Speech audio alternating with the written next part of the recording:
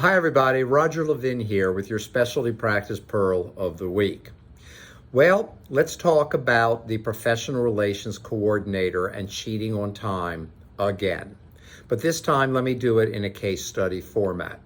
And I want you to pay attention because we can all learn from what happens to others and what we should and shouldn't do.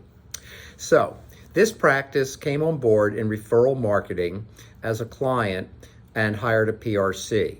She was given 20 hours a week to do the job. She's the person who handles 95% of all of the referral marketing.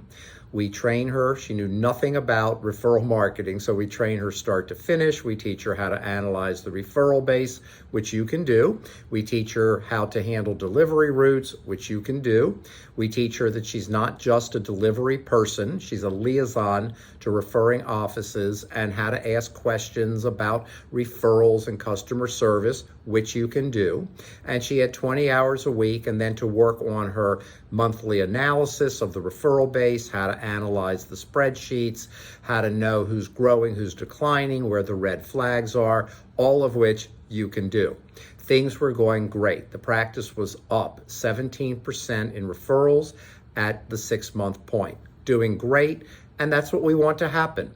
And that's typically what happens after about 5 or 6 months. Okay, stop there. PRC resigns. Not for a bad reason in this case. Her husband got transferred and she had to move to a different state. The practice decided things were going fairly well and they would try to continue their marketing, but let one of their staff members now become the PRC. They had someone that they felt they could give 20 hours a week to. She was excited about the job, and in she went. Well, unfortunately, what happened as we were training her was the practice lost 2 other staff members. You know what's coming. And when they lost 2 other staff members, because this person had skills in the office, what happened? We pulled her back to the day-to-day, to the immediate. By the way, in the world of time management, let me digress for a minute. In the world of time management productivity, which I have found fascinating for the last 40 years and studied intensely, one of the biggest mistakes, maybe the biggest mistake, is we focus on what's urgent, but not what is important. We focus on the immediate, but not the long term. So we pulled this person back to other responsibilities in the office because that was the easy, quick, and made logical thing to do. But instead of replacing her time as the PRC by hiring a new PRC, they just kept feeling like, well, we'll get her back to her 20 hours. We'll get her back to her 20 hours.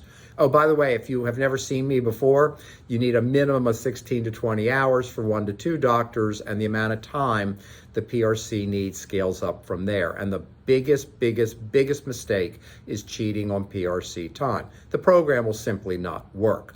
And they very quickly saw their referrals at the next 6-month point drop back to where they were before they ever started. So they made gains, they came back. Not a disaster, but not good either. At which point, the doctors had a meeting and said, okay, we get it now. We've got to hire someone and give them 20 hours a week. And I will bet you, if I remember to make a video on this particular case study, I will bet you in 6 months, I'll be telling you they're back up by about 17%. The time for the PRC carrying out the right strategies is directly proportional to increasing referrals. And by the way, if they went 6 months further with no PRC or cheating on PRC time, they may have been in a decline mode for referrals. World's getting more competitive. We've got to be better. We've got to be sharper. As always, I wish you increased practice production and referrals every year, and I'll see you next week.